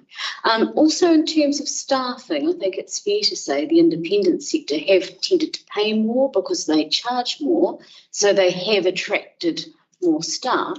However, I would say at the moment that's neck and neck, and what I understand at the moment is they are also, the independent sector are at the moment struggling to recruit, as we are as well. So that would be my take on that part of the question. Veronica, did you want to add anything more? No, I think that's all right. I think in terms of when you contract with the independent sector, that's the price that you've agreed. So really it's for them, you know, if they have to, I don't know, use temporary staff for a short amount of time, which are higher costs, they have to absorb that cost. Whereas when it's in-house, obviously that's an impact within us, you know, for us. And I think really in all our service specifications, whether that's in-house or contracted, we've really tried to build flexibility in it. So in terms of the age range of children and really being, you know, have a broad spectrum of meeting needs. So although there will be specialisms like Cherry Tree Cottage in terms of that sort of mental health and joint working with health, the majority of our homes in terms of their levels of training, etc., will be able to support, you know, the vast spectrum of needs that of our children looked after. So we do try to be flexible in our whole approach. Thank you. Thank you. Just come back on. Yes, Jim. Two points there. I mean, firstly, we need to recognise that independent providers will price in the risk that they will have to use agency staff. So we shouldn't fall into the trap of believing we get those for free. We just pay for them whether they need them or not. And the other issue that occurs to me is if we have an issue in the way in which the council can deal with refurbishment of property, which I suspect doesn't just affect children's services. That's an issue we ought to fix rather than just say, well, we'll pay someone else to do it and pay more. Yes, thank you. Miranda, did you want to come back? No, thank you. I think you're absolutely right. So there's something around the agility, and local authorities aren't known for being agile necessarily. I think that's true up and down the country, although I think in Hertfordshire we're very responsive and very proactive. But it is absolutely how can we move as quickly as possible, and it is about having a flexible offer. Really, we know we will have reliance on independent providers, but it's about shifting the balance. And of course, none of this should be seen in isolation, because the residential strategy works very closely with our fostering strategy, and the two, you know, it's because ultimately it's about, okay, where can the best support be provided for an individual child? Sometimes it will be residential, sometimes it will be fostering. And of course, we know about the financial benefits and the differences between both. Thank you. Miranda wants to come back, and then Paula, please, and then Fiona. Thank you, Fiona. It was just in relation to the first part of the question, which was about utilisation. So, Steve, you're absolutely right. We do expect these homes to be absolutely full, and they are. All our in-house provision is full all the time. But we point that out within the report, and it's something we have to bear in mind, because we have to be confident that we can open a home and staff it appropriately so it's not empty. We also have to be careful about matching. So we can't put a child in, say, for example, a 4-bedroom home whose behaviour is so dysregulated that no other children can be in there. So that's why we put that part in the report, really. It's always a consideration in terms of, can we run facilities in a way and match children in a way so that we know we can maximise the number of beds that we have. Veronica, did you want to add anything further on that? Thanks, Miranda. Yeah, just to say that, we do, careful matching is key to home stability and the successful outcomes for that child and every other child within that home. And it just really to say that we obviously get it, we are getting it right, because our occupancy rates are between 86 and 90%, which is really positive. I just wanted to add that. Thanks. Thank you very much. Paula, please. Thank you. I think we have to be very thankful for the team we have here, led by Jo and Marion, who unfortunately left us, that they were so innovative, well before other authorities, from putting beds in to be where we are now with 31. It is something we should be very grateful for, and more importantly, as we know, it's the best place for our children. And having visited some of these homes and the care of the staff, to make them homes, down to details of rugs that they'd personally gone to John Lewis and picked out, that is what makes a difference to a child successfully having a home rather than a placement. And I think we must be very grateful. And I really hope that is lost if we do have independent people coming in and running them with their own staff. Those personal touches, that real buying into it that our staff have is so important. And I'm so pleased to see. The other thing I think we really need to look at is use of buildings we have, because that speeds up the process. We might well go ahead of what we're tracking here if we can find the right buildings and convert them in a much more timely manner. So I think that's something we really need to look at, because just because of what we've got here, I'm sure this is not set in stone. And if it were to be, we could have more by the end of the period. I'm sure that's what we would all want, because the problem is that we want children's homes, whereas a lot of the independent sector look at profit before the child. And I think the best thing about Hertfordshire is we look at the child always first. Thank you. Thank you, Paula. You're absolutely right. And it's about what's right for the child. It has to be at the centre of everything we do across all of children's services. Fiona, please. Thank you, Chairman. This is really about collaboration, with the aim to keep children near home where it is appropriate. There is a weakness in the geography of the Eastern region.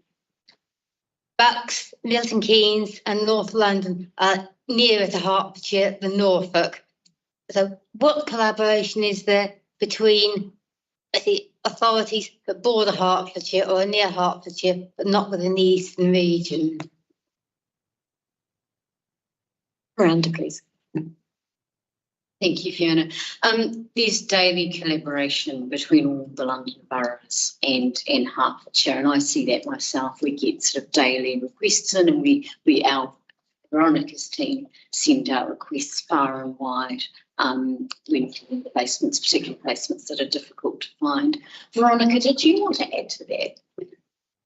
Thanks, Miranda. As well, we are part of the Keys Cross Regional Agreement, which is with Bedfordshire, Buckinghamshire and Oxfordshire, where we share homes in each of our counties in order to keep children close. So that's a very close collaboration that we have.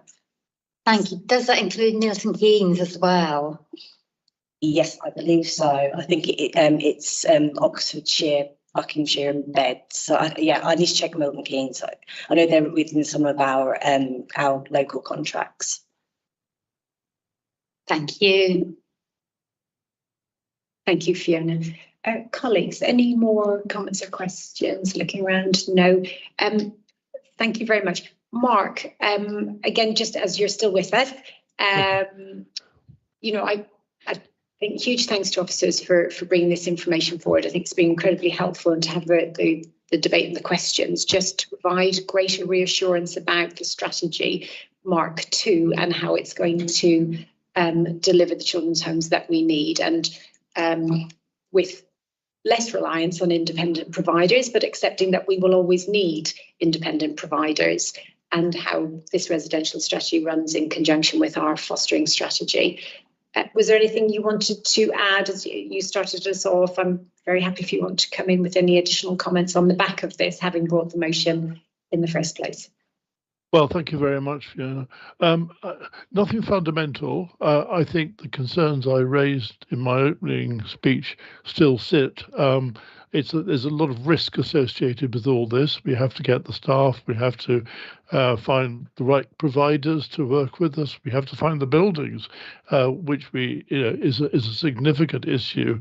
And we talk about being able to identify maybe redundant buildings in our building stock.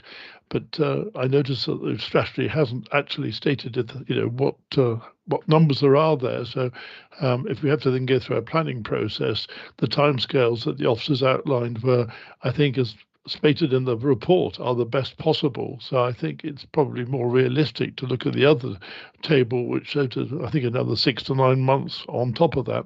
But no, in principle, I think the questioning has been ideal, got to the heart of the matter. As I said, I welcome this new strategy. I think it's learned a lot from the past. And yes, I do take into account that Hertfordshire was a trailblazer before with the first strategy, and we've learned from that. So I think the key thing is your panel will need to keep close to this to make sure that the expectations are met. But thank you very much for the opportunity to see these words, and well done to the team.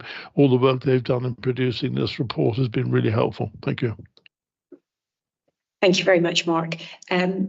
Much appreciate your comments, and absolutely, as a panel, we'll keep a close eye on this. Why wouldn't we? This is what we're here for: is to review and challenge and support, and it's all about achieving the best outcomes for our children across all of the children's services teams. And of course, we have our annual report, which is the annual residential strategy, which comes to this panel, the annual fostering strategy update, which comes to this panel, the annual report. And of course, we haven't touched really on the financial implications of this in any great detail, but just to reassure members that that is constantly being reviewed through EMB as well. And with joint resources EMBs, we're very closely tracking the figures, as you would expect. I'm going to bring Miranda in. Thank you. Thank you, Fiona. Just in terms of sort of monitoring and progress and working with our colleagues in property, it's a point I wanted to make before Mark came in, but just Veronica made this point in her presentation, but I really wanted to reiterate that we've always had our Invest to Transform boards, and that is where we're scrutinised quite closely in terms of the expenditure. So, into the investment we've been given in terms of this project, and how we're progressing. But in addition to that, we've recently developed the Homes for Children board, and we've brought all our colleagues from property into that, so that we can, because essentially the property portfolio is their business, but it's up to us to sort of work closely with them, obviously. So we've brought them into our board, and we're working even more closely with them. And I'm happier now because we've got greater oversight in terms of what's coming up, what's available, and what priority of children's services being given to those properties. So just to assure you in terms of that built-in assurance. Thank you very much, Miranda. Absolutely, that's very, very helpful. Colleagues were asked to note the content of the report. Looking around, I'm seeing nods. Yes, thank you very, very much. And so thank you, Miranda and Veronica, and thank you to the teams, because I know it's a huge amount of work. So thank you very much. Please pass on our collective thanks. So I'm looking down to the end of the room because our IT guru has arrived, and I'm hoping he's going to be able to magically make the video appear for everybody.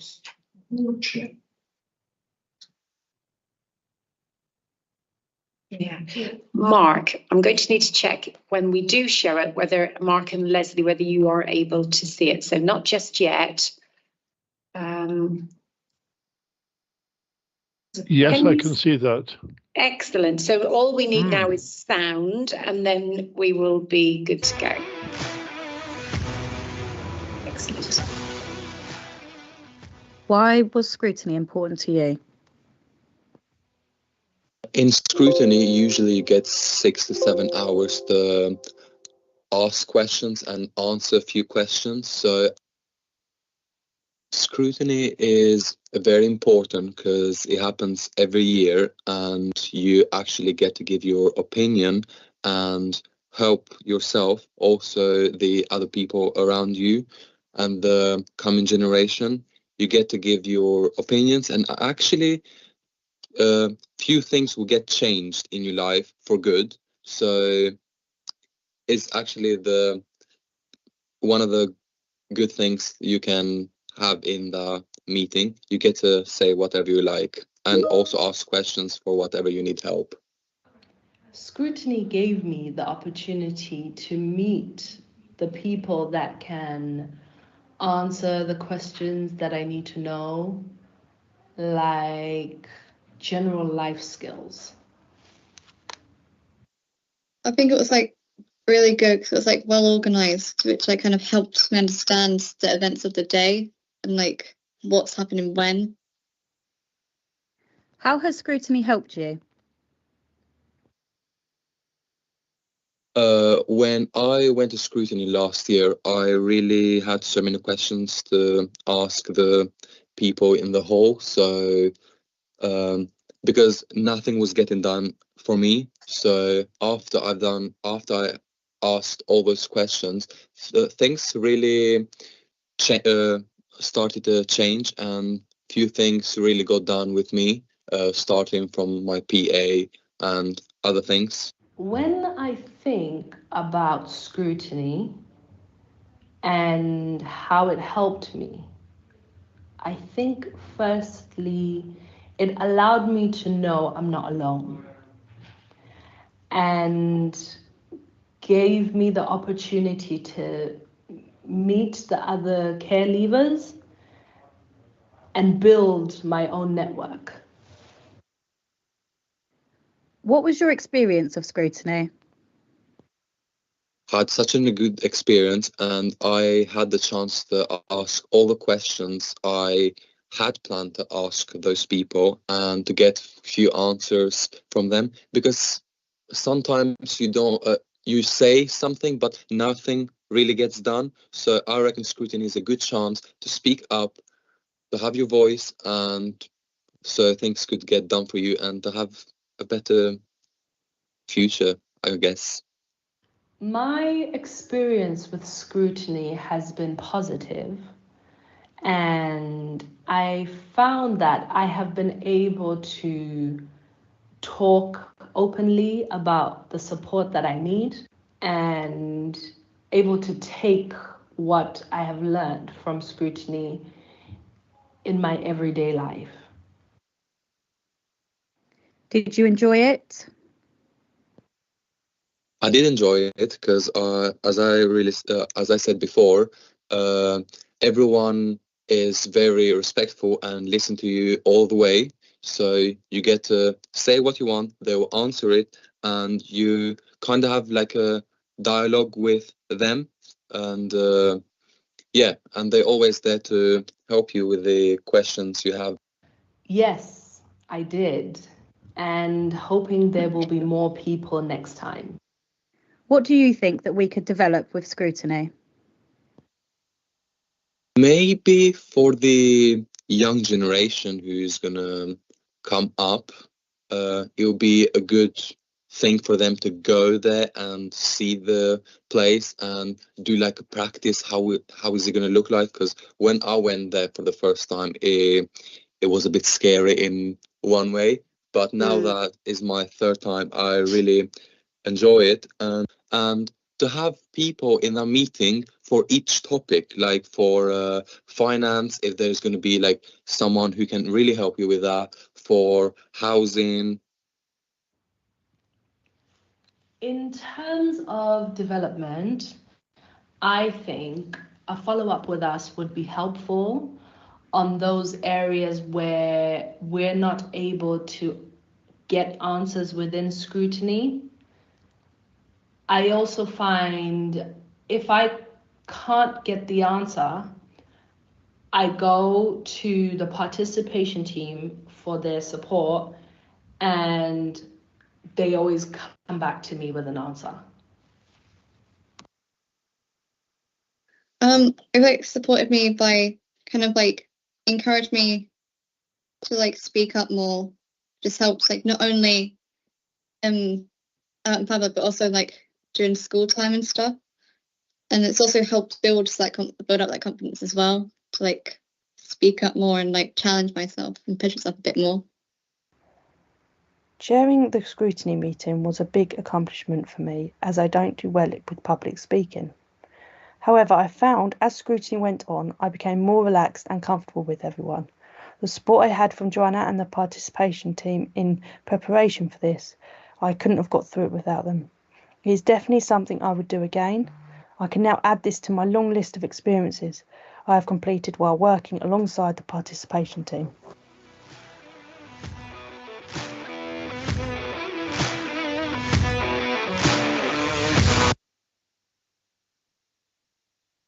Thank you very much, Peter, for enabling that. That was super. And colleagues, so that was a selection of our children in care and who came to our Children in Care Council, our annual CHICC scrutiny. And I know there have been requests from members previously, you know, asking could members of CHICC come to annual council or to panel. And so I'm looking at Sam here with the care leaving team, the participation team. My understanding is that while they were very grateful for the invitation, this was how our young people felt more comfortable giving feedback to this group. So, and that's where the film was born. So, Sam, I don't know if you want to speak any more on behalf of the participation team in the care leaving service. I think you've got it absolutely correct that was what our young people told us. They felt more comfortable presenting information that way, but are really open to being asked questions and presenting that back to you in this format. Thank you very much. I think it's very helpful to hear, you know, to hear their feedback and how they found the process. And it is quite daunting going into the chamber the first time. And lovely to hear that perhaps it gave them more confidence, helps to develop confidence, and to have their voice heard, because ultimately that's really, really important. So I think it's something perhaps we'll continue to do. And just picking up on the feedback, so following up with CHICC, so they do, so obviously we have the impact of scrutiny, so we will hear how the recommendations are taken forward, but in terms of the feedback to CHICC about further updates, I think that's really important. Nigel, please. Yeah, thank you, Chair. Can we feedback for them that we as a committee or panel really, you know, it was really good to hear from them, and that if that's the way they want to present it, then that's fine. Obviously, in the past we've had some, but I realise it must be very daunting to come before council again. But to hear them like that and to put their views across, that was good to hear, and I'm sure we all are pleased to hear that. Thank you. Thank you, Nigel. And yes, if you could take back our thanks, Sarah and team. Thank you very much. Colleagues, any other comments or no? That's lovely. Thank you very much for, glad we managed to get the IT sorted in the end. Okay, colleagues, this is the end of the meeting. Did we note the previous item on the motion? We did, that's fine, just double checking. And the next meeting, I think, is the 10th of May. There's no other business. And so thank you very much, everybody, and goodbye. Thank you.